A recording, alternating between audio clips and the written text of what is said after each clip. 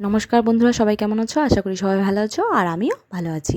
তো চলো বন্ধুরা, আজকে হচ্ছে রবিবারের দিন। তো রবিবারে আমি কী রান্না করছি তোমাদের সঙ্গে বলি। তার আগে একটু কথা বলি। কালকে হচ্ছে আমার ছোটো নন্দাই এসছে। তো ছোটো নন্দাই এসেছিলো, শনিবার ছিল। তো শনিবার নিরামিষ হয় আমাদের, তোমরা সবাই জানো। তা কালকে নিরামিষই হয়েছিল। তো আজকে আমার নন্দাই সকাল সকাল চলে যাবে, 1টার মধ্যে আমাকে রান্না সারতে হবে। তো 1টার মধ্যে আমি তাড়াতাড়ি করে ডাল, মটন কষা আর বেগুন ভাজা করেছি। এটাই আজকে সিম্পল রান্না।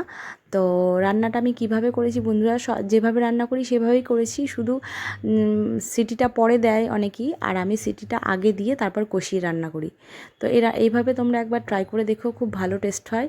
মানে সিটি দেওয়ার আগে রান্না, আগে পরের থেকে আগে সিটি দিয়ে রান্না করলে বেশি টেস্ট হয় আমার মনে হয়।